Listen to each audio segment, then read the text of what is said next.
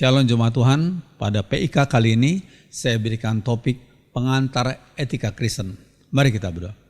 Mohon Roh Kudus urapi hamba-Mu, sensor tuturkan sikap hamba-Mu, sehingga hamba-Mu layak menjadi juru bicaralah, dan setiap kami yang menonton dan mendengarnya, kami setiap pribadi dibimbing oleh Roh kebenaran, yaitu Roh Kudus. Berfirmanlah kepada kami lewat lidah hamba-Mu dalam nama Tuhan Yesus. Amin. Pengantar etika Kristen. Ya, kita perlu baca ayat yang penting ini, yang disebut dengan the golden rule. Ya, segala sesuatu yang kamu kehendaki supaya orang perbuat kepadamu, perbuatlah demikian juga kepada mereka. Itulah isi seluruh hukum Taurat dan kitab para nabi. Matius 7 ayat 12, itu disebut dengan golden rule. Dalam terjemahan sehari-hari dikatakan, perlakukanlah orang lain seperti kalian ingin diperlakukan oleh mereka. Itulah inti hukum Musa dan ajaran nabi-nabi. Ciri etika pengikut Kristus, kita sebagai pengikut Kristus mempunyai ciri etika yaitu aktif dan positif. Ya. Kita tidak mempunyai ciri yang pasif tapi aktif tetapi positif.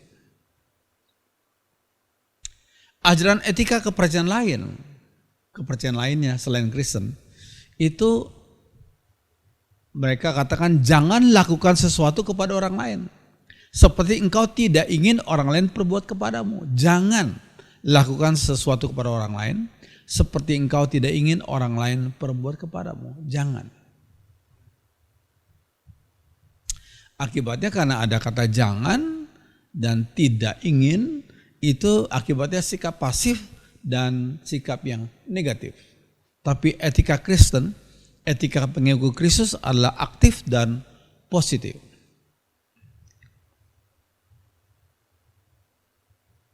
Ya, para pelayan Kristen dan pemimpin gereja perlu memahami ajaran etis dan moral dari Alkitab secara benar. Ya, kita punya Alkitab, kita harus pahami secara benar. Belum tentu apa yang dilakukan oleh tokoh-tokoh Alkitab, ya, kecuali Tuhan Yesus, ya, kecuali Tuhan Yesus. Tokoh-tokoh lain belum tentu apa yang dilakukan oleh tokoh-tokoh lain selain kecuali Tuhan Yesus, ya, adalah benar sesuai dengan prinsip etika Kristen. Misalnya Abraham menganjurkan jawaban yang separuh benar tentang Sarai. Ya. Lihat Kejadian 12 ayat 12 sampai 13. Apabila orang Mesir melihat engkau, Sarai, ya, mereka akan berkata itu istrinya. Jadi mereka akan membunuh aku dan membiarkan kau hidup. Itu ketika terjadi kelaparan di Kanaan, ya, mereka mengungsi ke Mesir. Katakanlah, ya, Abraham minta kepada Sarah agar mengatakan bahwa engkau itu adikku. Ya, katakan bahwa Sarah itu adalah adiknya Abraham, supaya aku diperlakukan mereka dengan baik karena engkau. Jadi jangan mengaku bahwa engkau ini istriku. Dan aku dibiarkan hidup oleh sebab engkau. Ya, ini etikanya Abraham waktu itu. Ya. Iya, lalu mengungsi lagi Abraham dan Sarai, ya. Lalu kemudian menghadapi masalah yang mirip. Lalu Abraham menjelaskan kepada Abimelek, raja Gerar, tentang Sarah. Ya. Kejadian 20 ayat 12. Lagi pula, ia yaitu Sarah benar-benar saudaraku, anak ayahku, hanya bukan anak ibuku. Jadi berbeda ibu gitu, ya, tapi sama ayah. Namun kemudian Sarah itu menjadi istriku. Itu pengakuan Abraham kepada Abimelek. Ya. Pada waktu zaman Abraham masih diizinkan untuk mengambil istri dari hubungan saudara yang terdekat sama ayah, lain ibu. Pada waktu zaman Abraham masih diizinkan. Tetapi hal pengizinan itu berlaku sampai pada Taurat diberikan melalui Nabi Musa, ya. Sampai pada Taurat diberikan melalui Nabi Musa. Dari mana kita tahu? Ya ini, Imamat 18 ayat 6. Siapapun di antaramu janganlah menghampiri seorang kerabat yang terdekat. Kerabat yang terdekat termasuk berkaitan dengan hubungan darah dari ayah, itu kerabat yang terdekat. Ya. Siapapun di antara kamu janganlah menghampiri seorang kerabat yang terdekat untuk menyingkapkan auratnya. Akulah Tuhan. Ya. Oke. Nah, Raja Daud dan Salomo melakukan poligami. Padahal kalau kita bandingkan dengan etika Kristen menekankan pada monogami. Tapi Daud dan Salomo melakukan poligami. Nah, hati-hati dengan istilah Alkitabiah. Maksudnya ada dalam Alkitab gitu loh. Itu Alkitabiah. Kita perlu lihat konteksnya dan jangan asal kutip ayat. Kita perlu pahami ini. Hati-hati dengan istilah dalam tanda kutip ya, Alkitabiah ada dalam Alkitab, ya, tapi perlu lihat konteksnya dan jangan asal kutip ayat. Ya. Nah, ada orang yang asal kutip ayat, dia buka Matius 27 ayat 5. Ya, Matius 27 ayat 5 tentang Yudas Iskariot. Maka ia, yaitu Yudas Iskariot, melempar uang perak itu ke dalam bait suci, lalu pergi dan menggantung dirinya. Itu adalah Alkitab. Ya, tapi lihat konteksnya. Ya. Oke. Hati-hati dengan pencopotan ayat-ayat dari konteksnya. Konteks itu jangan dicopot, jangan dilupakan, penting sekali. Ya. Lihat ke Yesaya 38 ayat 4-5. Maka berfirmanlah Tuhan kepada Yesaya, pergilah dan katakanlah kepada Hizkia, beginilah firman Tuhan Allah Daud, bapa leluhurmu. Telah ku dengar doamu dan telah ku lihat air matamu. Jadi waktu Hizkia sakit keras, ya, Tuhan bilang, Tuhan kirim hambanya untuk memberitahu kepada Hizkia, siap-siap, engkau sebentar lagi akan dipanggil Tuhan. Lalu menangislah, sampai menangis luar biasa Hizkia. Lalu Tuhan menyuruh mengutus hambanya lagi untuk memberitahu kepada Hizkia, telah ku dengar doamu dan telah kulihat air matamu. Sesungguhnya aku akan memperpanjang hidupmu 15 tahun lagi. Jadi dari ayat ini sebagian orang berkata, kalau kita berdoa dengan luar biasa kenceng, jadi seperti memaksa Tuhan gitu ya doanya. Tuhan ternyata bisa dipaksa loh. Itu kata mereka. Apakah benar itu? Ya. Apakah benar Tuhan bisa dipaksa? Seolah-olah kehendak Tuhan bisa berubah karena air mata Raja Hizkia. Namun harus dilihat konteksnya. Konteksnya. Ya. Pada masa perpanjangan usia Hizkia 15 tahun itu, Hizkia jatuh ke dalam dosa kesombongan di hadapan utusan Raja Babel pada waktu itu. Lihat Yesaya 39. Dosa kesombongan itu dosa yang dilakukan oleh Lucifer kepada Tuhan. Itu dosa yang serius. Dilakukan oleh Lucifer kepada Tuhan. Lihat Yesaya 14 ayat 13. Jadi dalam masa perpanjangan usia 15 tahun itu, Hizkia jatuh ke dalam dosa kesombongan di hadapan utusan Raja Babel. Lalu kedua, pada masa perpanjangan usia 15 tahun itu, lahirlah Manasye yang kemudian menggantikan Hizkia. Dan kalau kita baca firman Tuhan, Manasye jadi raja, itu raja yang terkenal jahat di hadapan Tuhan. Jahat. Lihat saja 2 Tawarit 32 ya sampai 2 Tawarit 33. Itu Manasye lahir pada masa perpanjangan usia Hizkia 15 tahun. Jadi perpanjangan 15 tahun usia Hizkia sebenarnya bukanlah kehendak Tuhan. Bukan kehendak Tuhan. Tetapi izin dari Tuhan. Kalau kita bicara tentang izin dari Tuhan, ada inisiatif manusia. Ada turut campur manusia. Tapi kalau kehendak Tuhan murni, kehendak Tuhan saja. Tapi kalau kita memaksa, Tuhan izinkan, ya. Tapi ada risiko yang ditanggung oleh orang yang memaksa kehendaknya di hadapan Tuhan. Ya. Itu berarti ada paksaan dari Hizkia dan Allah mengizinkannya. Tetapi risiko harus ditanggung oleh manusia yang berdosa ini. Biar ada risikonya. Oke, suatu kemunduran etika sedang terjadi sekarang ini. Etika sedang mundur saat ini. Ya, walaupun peradaban oleh banyak orang maju berkembang, tapi etikanya mundur. Karena sebagian pelayan Kristen,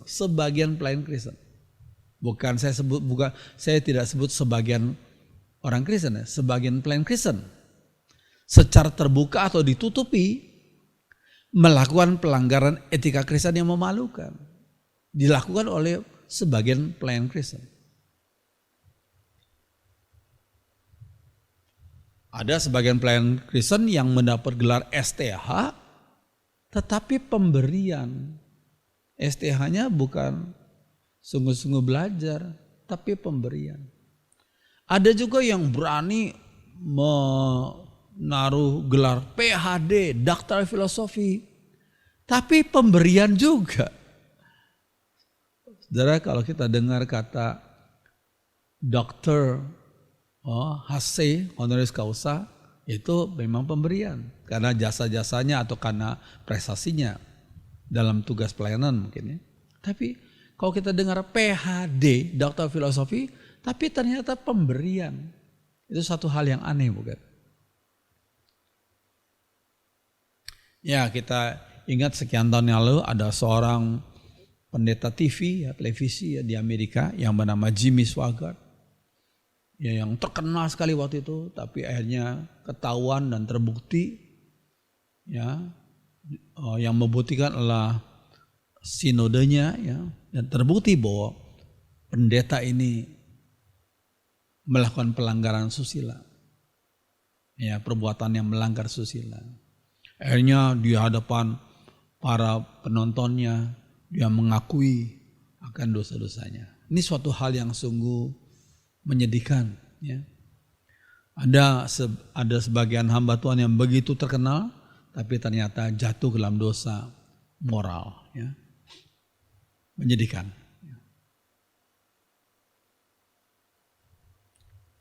Memang terkadang sulit membedakan antara kehidupan umat Tuhan dengan kehidupan orang-orang duniawi ini. Jadi sekali lagi kalau saya sebutkan hal itu, bukan berarti kita mentertawakan pendeta tertentu, tapi kita berdoa agar Tuhan, Roh Kudus membimbing para hamba Tuhan, penginjil untuk hidup seturut dengan firman yang disampaikannya, ya, untuk kemuliaan bagi nama Tuhan. Puji Tuhan. Ya, saya ingat ini kejadian bulan Oktober tahun 1991 yang lalu. 1991 Oktober.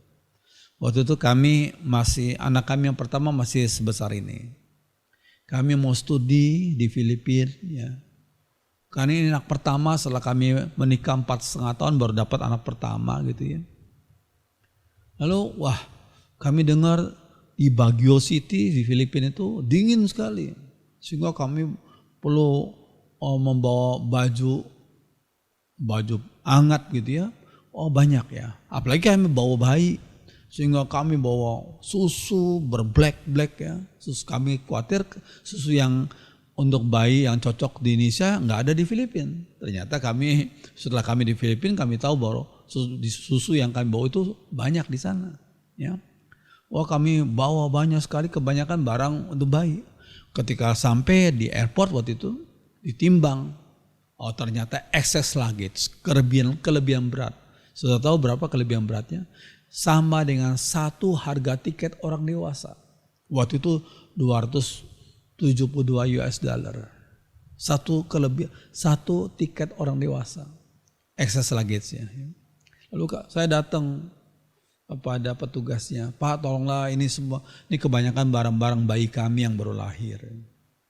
Kami mau pergi ke negeri orang nih, kami nggak tahu disandingin katanya. Ya.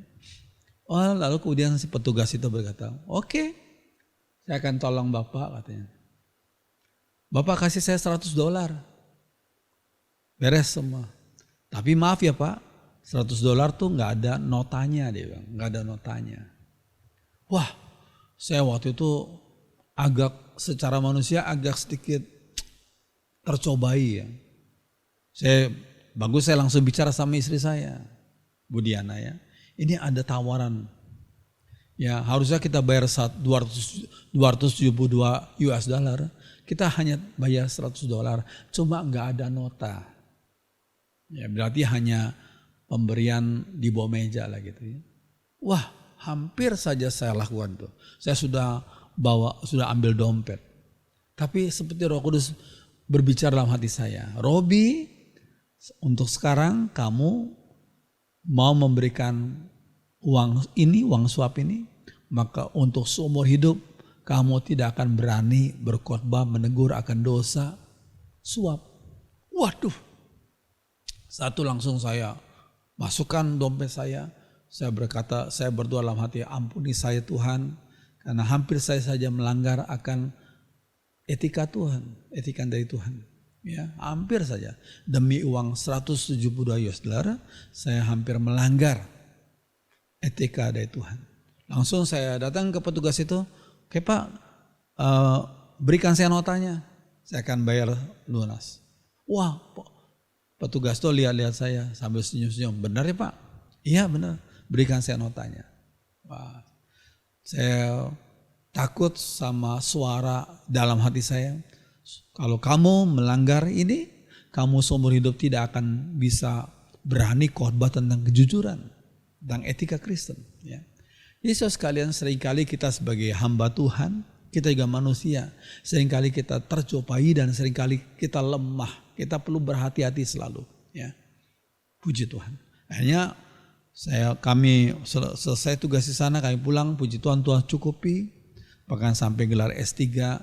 4,5 tahun semuanya Tuhan cukupi, ya. Ini semua anugerah Tuhan, puji Tuhan. Iya, untuk melakukan misi Tuhan, umatnya tidak perlu menolong Tuhan dalam tanda kutip ya. Tuhan itu Maha Kuasa, nggak perlu kita tolong. Apalagi kita menolong Tuhan dengan cara-cara yang tidak sesuai dengan kehendaknya. Wah, itu tidak benar sekali.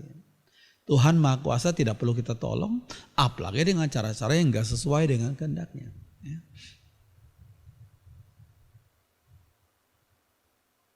Iya, misalnya kita lihat ya 2 Samuel 6 ayat 5 sampai 7. Daud dan seluruh kaum Israel menari-nari di hadapan Tuhan ketika mereka membawa tabut Allah itu ya. Dengan sekuat tenaga dia menari, diiringi nyanyian, kecapi, gambus, rebana, kelentung dan ceracap. Wah, hebat sekali ya, ramai sekali. Namun ada yang menjadi masalah. Ketika mereka rombongan itu sampai ke tempat pengirikan Nahon, maka Uzza mengulurkan tangannya kepada tabut Allah itu dan memegangnya, karena lembu-lembu itu tergelincir. Jadi ini kekeliruan daripada Raja Daud. Dia mau membawa tabut itu kembali ke tempatnya, tapi dengan cara seperti orang Filistin. Ditaruhnya tabut itu di kereta seperti yang kita lihat di sini. Lalu ada batu-batu sehingga tabut itu hampir jatuh. Dan Uzza itu sepertinya mau tolong Tuhan jangan sampai tabut Allah jatuh. Namun apa yang terjadi? Maka bangkitlah murka Tuhan terhadap Uzza. Lalu Allah membunuh Uzza, dia di sana karena keteledorannya itu. Karena sepertinya mau tolong Tuhan menyelamatkan tabut itu jangan sampai jatuh, tapi ternyata Allah menegur, Allah murka. Ia yaitu Uzza mati di sana dekat tabut Allah itu. Wah, sungguh membuat Daud jadi kaget luar biasa. Ya, sepertinya dia bertanya dalam hati, Tuhan, aku mau tolong Tuhan nih, mau pindahkan tabut Allah ini. Ya, kok Uzza mau tolong supaya jangan sampai tabut itu jatuh, malah Uzza disambar oleh Tuhan, dihukum oleh Tuhan. Ya, kenapa demikian? Apa yang menjadi penyebabnya? Iya ini. Firman Tuhan berkata, kalau mau bawa tabut tuh jangan pakai kereta seperti itu. Tapi tabut Allah harus digotong oleh orang-orang Lewi. Jadi kalau caranya nggak sesuai dengan kehendak Tuhan, Tuhan nggak berkenan. Walaupun tujuannya benar, tujuannya baik, tapi kalau caranya nggak benar, Tuhan nggak berkenan pada proyek itu, pada misi itu. Ya, ini penting sekali. Ya. Iya. Ada sebagian umat atau pengkhotbah salah tafsir bagian-bagian firman Tuhan. Mereka salah tafsir, ya. Misalnya 1 Samuel 19 ayat 24. Ia pun yaitu Saul, Raja Saul menanggalkan pakaiannya dan ia pun juga kepenuhan di depan Samuel. Ia rebah, Raja Saul rebah, terhantar dengan telanjang sehari-harian. Dan semalam-malaman itu. Itulah sebabnya orang berkata, apakah juga Saul termasuk golongan nabi? Orang nggak ngerti latar belakangnya. Pikir, orang kalau kepenuhan roh, boleh telanjang. Seperti yang terjadi pada diri Raja Saul waktu itu. Ini ayatnya. 1 Samuel 19 ayat 24. Hati-hati, kita jangan salah tafsir bagian firman Tuhan ya. Iya. Di dalam masyarakat Timur Tengah, para lelaki biasanya memakai dua macam baju.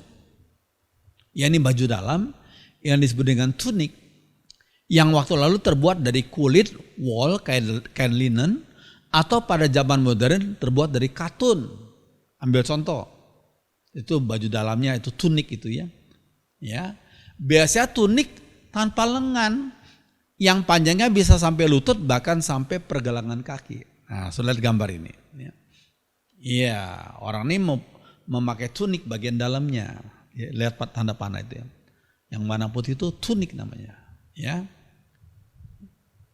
yang terbuat dari kulit, wool, kain linen atau pada zaman sekarang terbuat dari kain katun. Ya, itu tunik. Ya. Nah, tunik bagian dalam, tapi bagian luar yang hitam itu namanya cloak, jubah. Ya. Nah,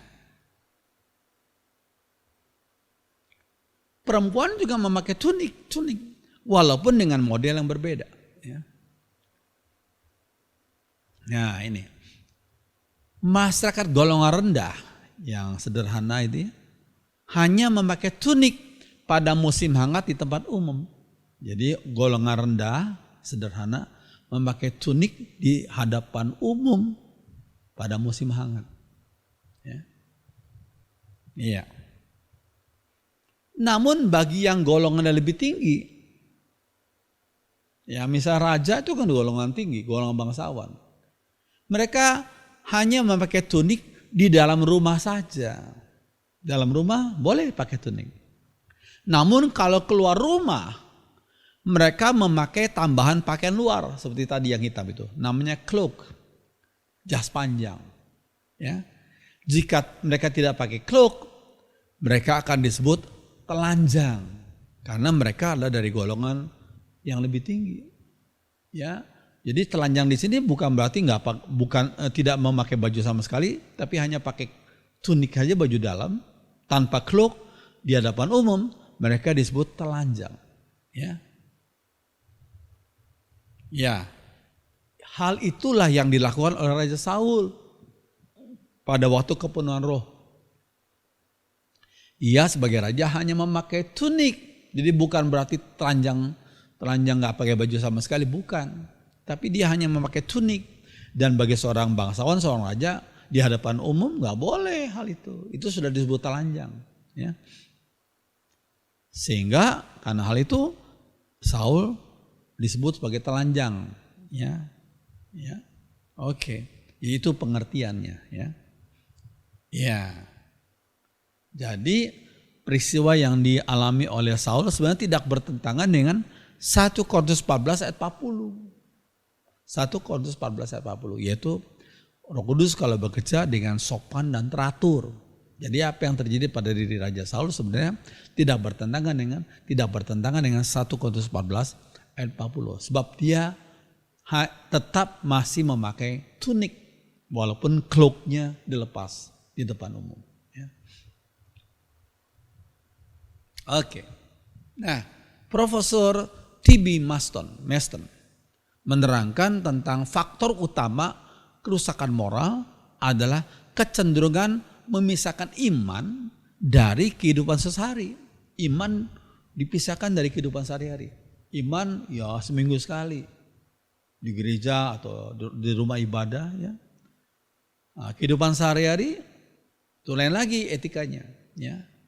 Jadi dengan cara hidup seperti itu mereka memisahkan antara teologia dengan etika. Itu kata T.B. Maston ya.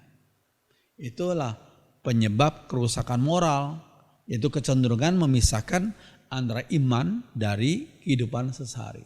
Ya. Nah, lihat ayat 1 Timotius 4 ayat 16. Rasul Paulus berkata apa? Be careful, hati-hati. Be careful about the way you live. Cara hidupmu, hati-hati dengan cara hidupmu, yaitu tentang etika. Etika hidupmu harus hati-hati, kata Rasul Paulus. And about what you teach, tentang apa yang kamu ajarkan. Itu berkaitan dengan doktrin dan teologi. Jadi maksud Rasul Paulus, doktrin atau teologi tidak boleh dipisahkan dengan etika. Ya, ini penting sekali. Ya. Oke. Ya. Bandingkan Yakobus 2 ayat 17. Demikian juga halnya dengan iman. Jika iman itu tidak disertai dengan perbuatan, iman harus disertai dengan perbuatan. Maka iman itu pada hakikatnya adalah mati. Ya. Iman dan perbuatan itu mesti disatukan. Ya. Yakobus 2 ayat 22. Kamu lihat bahwa iman bekerja sama dengan perbuatan-perbuatan. Dan oleh perbuatan-perbuatan itu iman menjadi sempurna. Iman dan perbuatan. Ya, ini hanya sebagai perbandingan. Ada orang mempunyai jam besar merek yang terkenal, misalnya Yonghan. Ya, Yonghan. Ya. Bagus tampak luarnya. Tapi jarumnya selama 24 jam hanya menunjuk pada satu, itu jam 12 saja. Ya. Mereknya bagus Yonghan, tapi jarumnya menunjuk pada angka 12 saja sepanjang hari. Ya, karena apa? Karena ada masalah mungkin pada mesinnya. Ya, mesinnya harus diperbaiki. Ya. Atau mungkin mesinnya karena tidak ada baterai kali, sehingga mesinnya tidak bekerja dengan benar. Kalau tidak ada baterai ya mesinnya mati ya. Terus kalian jadi mesin di dalam itu seperti iman. Ya. Lalu kemudian jarum yang di luar itu seperti perbuatan. Nah, itu maksudnya. Jadi jarum menunjuk pada mesin yang bekerja di dalam. Ya. Oke. Para pembaca Alkitab perlu mengetahui latar belakang sejarah dan ada istiadat pada waktu itu sehingga tidak salah tafsir firman Tuhan. Jadi maka itu siapa yang mau menyampaikan firman Tuhan perlu belajar adat istiadat, perlu belajar latar belakang, perlu belajar kebudayaan pada waktu Alkitab itu ditulis. Ya. Iya. Jadi para pembaca Alkitab perlu mengetahui latar belakang sejarah dan adat istiadat pada waktu itu sehingga tidak salah tafsir firman Tuhan. Ya. Misalnya Markus 7 ayat 2 sampai 3. Mereka melihat bahwa beberapa orang murid Tuhan makan dengan tangan najis. Yaitu dengan tangan yang tidak dibasuh. Nah, ini apa maksudnya ini? Bahwa orang-orang Farisi seperti orang-orang Yahudi lainnya tidak makan kalau tidak melakukan pembasuhan tangan lebih dahulu. Karena mereka berpegang pada adat istiadat nenek moyang mereka. Maksudnya apa ya? Iya. Sehingga murid-murid Tuhan waktu itu difitnah, dianggap mereka makan dengan tangan najis. Ya. Apa maksud tangan najis di sini? Tangan najis di sini bukan berarti bahwa para murid Tuhan tidak mencuci tangan mereka. Ya. Bukan itu artinya. Tetapi para murid Tuhan itu tidak melakukan upacara pencucian tangan menurut tradisi yang dibuat oleh tua-tua Yahudi waktu itu. Ya. Jadi tidak menjalankan upacara pencucian tangan sesuai dengan tradisi yang dibuat oleh tua-tua Yahudi waktu itu. Ya. Iya, kira-kira demikian ya. Ini tradisi Yahudi. Ya. Jadi kalau tangan begini, pertama begini, lalu dikucurkan air dari sini. Ya, dari sini kucurkan air mengalir ke sini. Ya. Lalu tangan itu harus menghadap ke atas sekarang. Dikucurkan air lagi. Air itu terus mengalir sampai sini. Itu tradisi pencucian tangan. Itu tradisi. Menurut adat istiadat orang Yahudi. Bukan kita cuci tangan di wastafel, bukan begitu. Tapi itu tradisi, itu seperti gitu. Gini, terus begini. Ya. Nah, saudara sekalian. Jadi yang dipersoalkan oleh orang-orang Farisi tentang murid-murid Yesus bukanlah masalah higienis, bukan. Kebersihan yang berkaitan dengan kesehatan, bukan itu. Tetapi tradisi berkaitan dengan tradisi masyarakat Yahudi waktu itu. Ya, gitu.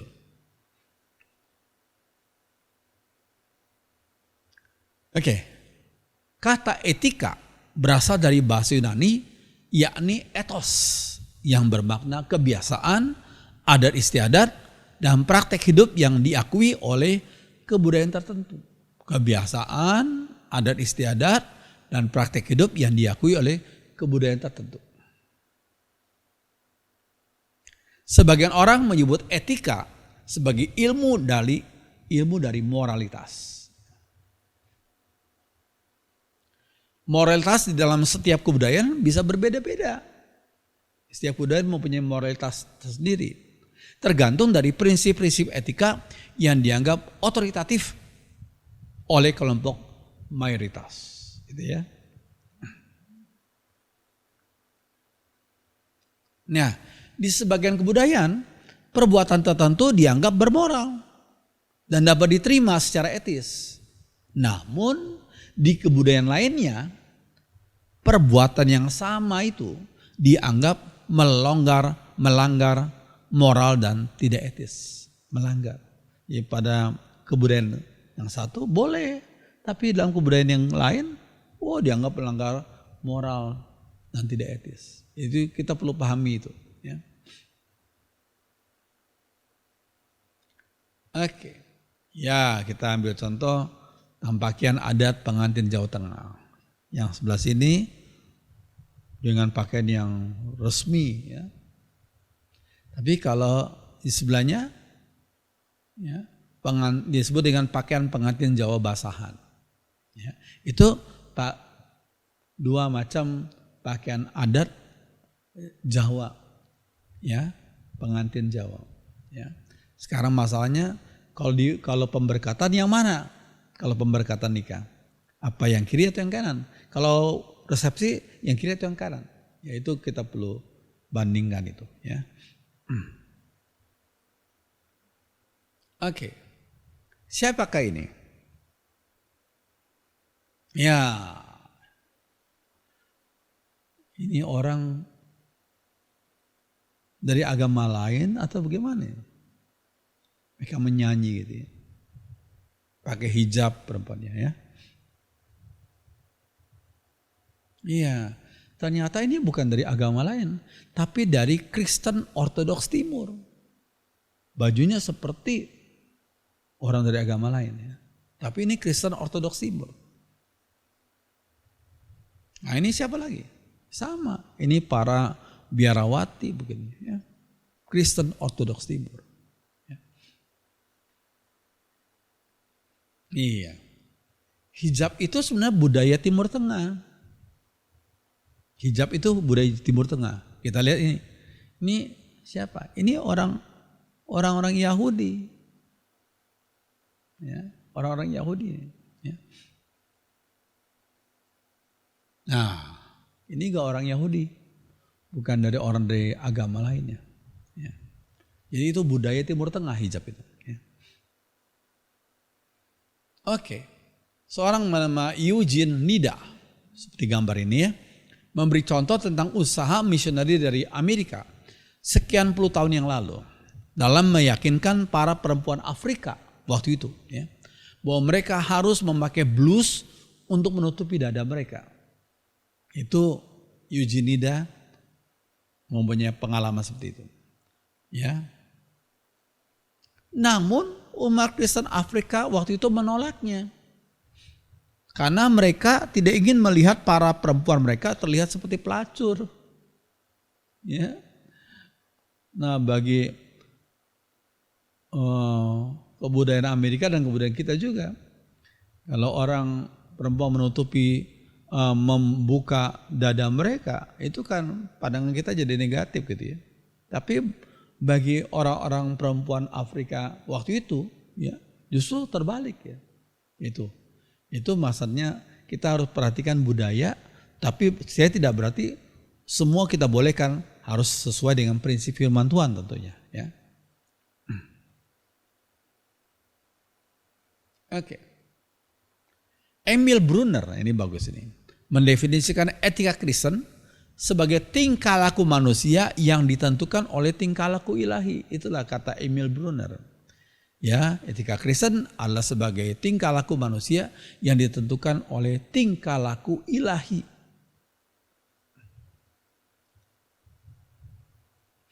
Iya. 1 Petrus 1 ayat 15-16. Tetapi hendaklah kamu menjadi kudus dalam seluruh hidupmu, sama seperti Dia yang kudus, yang telah memanggil kamu, sebab ada tertulis, kuduslah kamu sebab aku kudus. Ayat yang bagus sekali ini. Kuduslah kamu sebab kata Tuhan, aku ini kudus.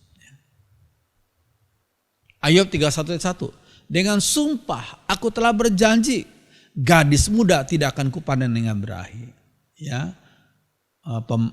Ayub jelas sekali itu. Seringkali godaan datang lewat apa yang kita lihat. Sehingga Ayub berkata, dengan sumpah aku telah berjanji, gadis muda tidak akan kupanen dengan berahi. Ya. Matius 5:28. Tapi sekarang aku berkata kepadamu, kata Yesus ya, barang siapa memandang seorang wanita dengan nafsu birahi, orang itu sudah berzina dengan wanita itu di dalam hatinya. Jadi pandangan itu kita harus minta Tuhan menyucikan pandangan kita. Ya, hayalan kita disucikan oleh Roh Kudus. Ya. Ya, Tuhan Yesus gunakan kepercayaan masyarakat Ibrani dan pengajarannya sebagai basis utama dari penekanannya. Sehingga ia sering membuat referensi ke Taurat Musa dan ajaran para nabi di dalam Perjanjian Lama. Ya. Namun pengajaran Tuhan Yesus melampaui ajaran Taurat dan para nabi, melampaui. Beyond. Ya. Misalnya Matius 5 ayat 27 dan 28. Kamu telah mendengar firman, jangan berzina. Tetapi aku berkata kepadamu, ya, sebagai Tuhan ya dia berkata, setiap orang yang memandang perempuan serta menginginkannya sudah berzina dengan dia dalam hatinya. Jadi Tuhan tuh menilai perbuatan seseorang dari dalam hatinya, imajinasinya. Ya. Oke, ajaran new morality, moralitas baru itu menekankan pada relativisme yang melampaui absolutisme, relativisme. Ya. Ajaran ini memberi kemerdekaan kepada orang-orang yang mencari kebebasan dalam tanda kutip ya. Dalam membuat keputusan tanpa dibatasi oleh sikap tunduk kepada larangan-larangan masa lalu. Itu yang kuno-kuno itu. Kita harus bikin yang baru, kebiasaan yang baru. Itu kata ajaran new morality ya, moralitas baru. Ya, salah satu adalah grup hippies ya, udah sekian puluh tahun yang lalu, hippies ya. Yang coba berusaha melawan akan tradisi-tradisi lama yang dianggap sudah ketinggalan zaman gitu ya. Banyak pandangan etika diabaikan oleh generasi sekarang yang menolak dibebani oleh standar moral masa lalu. Dianggap masa lalu itu kuno ya. Akibat dari sikap tersebut adalah kondisi masyarakat yang bingung dan kecewa. Bingung karena yang lama sudah dianggap usang. Ya. New morality atau moralitas baru mendasarkan perbuatan para pengikutnya. Nah, pada cinta, yang penting berdasarkan cinta kasih saja. Atau apa saja yang mendatangkan kepuasan pada individu. Itu standarnya.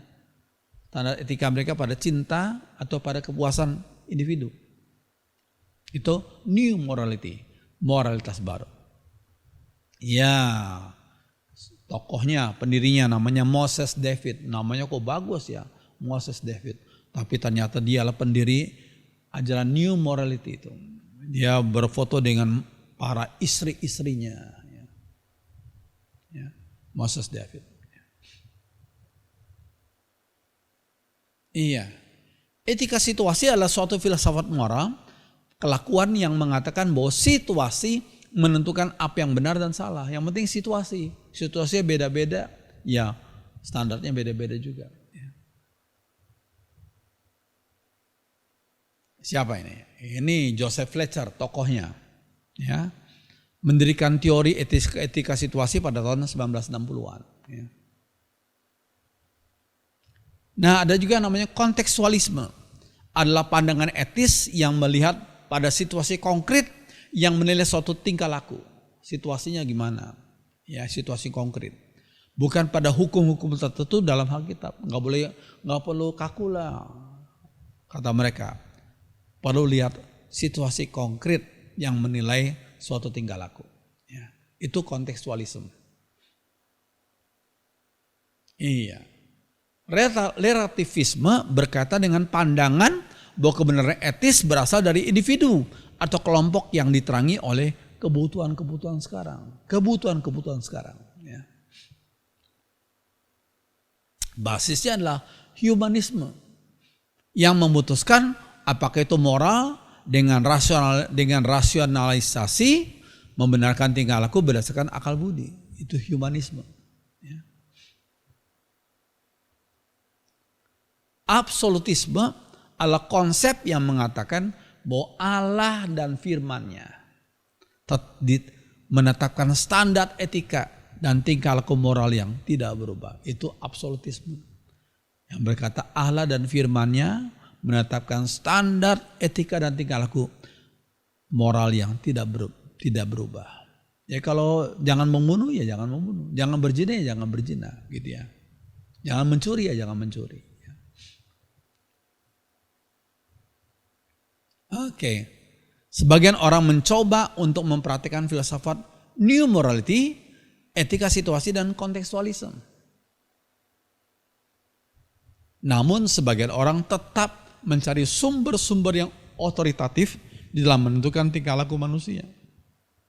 Manusia bagaimanapun butuh sumber otoritatif yang memandang bagaimana etika mereka sehari-hari. Ya. Dasar-dasar Alkitabiah tentang etika bersifat abadi, walaupun zamannya bisa berubah, tapi dasar-dasar Alkitabiah tentang etika bersifat abadi. Karena terbukti tetap bisa bertahan melawan berbagai macam serangan sepanjang sejarah.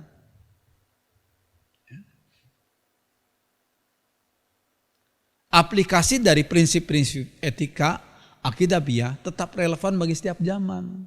Ya, aplikasinya tetap relevan bagi setiap zaman. Ya. Studi tentang etika Kristen menolong umatnya untuk membedakan antara apa yang sangat penting dan kurang penting. Yang ini sangat penting, yang itu kurang penting.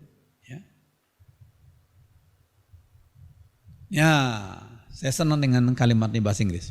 The enemies of the better one, musuh-musuh dari hal-hal yang lebih baik adalah hal-hal yang sudah baik, are the good ones. The enemies of the better one are the good ones. Ya, orang kadang-kadang sudah puas dengan ini cukup baik lah, boleh lah, oke lah. Padahal dia lupa di balik itu semua masih ada hal-hal yang lebih baik. Nah, kita sebagai anak Tuhan yang bertekad untuk memuliakan nama Tuhan harus punya prinsip bertindak, berlaku sesuatu yang lebih baik dan lebih berkenan di hadapan Tuhan, gitu ya. 1 Korintus 10 ayat 23 dan 24, Rasul Paulus berkata apa? Segala sesuatu diperbolehkan benar, tapi bukan segala sesuatu berguna. Berguna enggak? Segala sesuatu diperbolehkan benar, tapi bukan segala sesuatu membangun. Nah, yang kedua, membangun enggak? Membangun iman, moral, ya. Bergunakah? Membangunkah? Yang ketiga, jangan seorang pun mencari keuntungan sendiri, tapi hendaklah tiap-tiap orang mencari keuntungan orang lain. Jadi jangan egois, tapi mencari keuntungan orang lain juga. Ya. Oke, 1 Korintus 10 ayat 23 dan 24 nih penting sekali. Ya. Iya, misalnya saya ambil contoh, rokok boleh nggak orang Kristen ya? Rokok boleh nggak? Ternyata secara objektif orang melihat rokok itu ada banyak kandungan zat-zat yang berbahaya bagi kesehatan seseorang dan bagi orang lain. Ya, lihat di situ. Ada zat macam-macam itu yang nggak baik untuk kesehatan. Ya, sudah lihat itu. Ya. Jadi sekali lagi, biarlah fakta secara objektif yang menjawab pertanyaan ini. Apakah rokok itu berguna nggak? Ya, membangun nggak rokok itu? Ya, kesehatan, membangun kesehatan pribadi dan kesehatan masyarakat. Ya. Ya. Atau rokok itu memang tidak berguna. Ya. Oke, ini penting sekali. Ya. Oke, dalam etika Kristen tujuan tidaklah membenarkan cara. Supaya dapat tujuan untungnya bisa banyak. Akhirnya dia menghalalkan segala cara, berbohong atau bagaimana. Itu tidak. Dalam etika Kristen tujuan tidaklah membenarkan cara.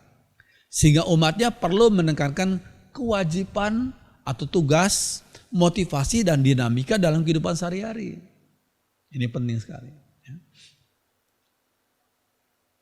Dalam etika Kristen, tujuan dan cara haruslah bertanggung jawab di hadapan Tuhan. Tujuannya baik, tapi harus dengan memakai cara yang sesuai dengan kehendak Tuhan. Ya. Bukan hanya tujuannya baik, tapi caranya juga harus berkenan di hadapan Tuhan. Ya. Iya, ambil contoh ini masa lalu ya. Pemerintah mempunyai satu proyek. Ayo, ini namanya kupon SDSB. Ya. Sumbangan dermawan sosial berhadiah. Berhadiah waktu itu 1 miliar rupiah. Waduh, orang-orang diiming-iming. Ya, waktu itu ada tukang beca yang capek mengayuh becanya, ya. Ternyata waktu itu penumpangnya hanya cukup untuk dia membeli 1 kupon SDSB. Dia nggak ada uang untuk pulang ke rumah beli makanan untuk istri dan anak-anaknya. Tapi dia paksakan, saya harus beli kupon SDSB supaya siapa tahu saya bisa kaya raya. Ternyata dia nggak menang, ya, karena itu merupakan judi, tapi keluarganya berantakan karena keluarganya lapar. Ya, jadi ini adalah etika Kristen. Kalau melihat kupon SDSB ya nggak sesuai. Tujuannya memang baik, tapi caranya nggak berkenan di hadapan Tuhan. Ya, tujuan dan caranya harus bertanggung jawab di hadapan Tuhan. Ya. Akhirnya, nah ini ayat ini sekali lagi kita baca. Yuk kita baca sama-sama. Matius 7 ayat 12. Segala sesuatu yang kamu kehendaki supaya orang perbuat kepadamu, perbuatlah demikian juga kepada mereka. Kamu selalu ingin orang lain berbuat baik kepadamu. Ya berbuatlah baik kepada mereka. Kamu ingin supaya orang lain menguntungkanmu. Berbuatlah, memberikan untung kepada mereka. Ya, itulah isi seluruh hukum Taurat dan kitab para nabi. Ini namanya golden rule, ya. Etika yang aktif dan positif.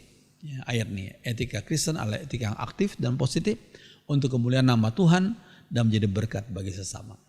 Ya. Biarlah firman Tuhan jadi berkat bagi kita semua. Mari kita berdoa. Kami bersyukur untuk firman Tuhan yang kami pelajari tentang etika Kristen. Ada banyak hal yang bisa kami dalami lagi, tapi karena waktu, Roh Kudus tolong kami agar kami boleh bertindak, bersikap sesuai dengan kehendak Tuhan. Terima kasih Tuhan, dengarkan doa kami dalam nama Tuhan Yesus. Haleluya. Amin.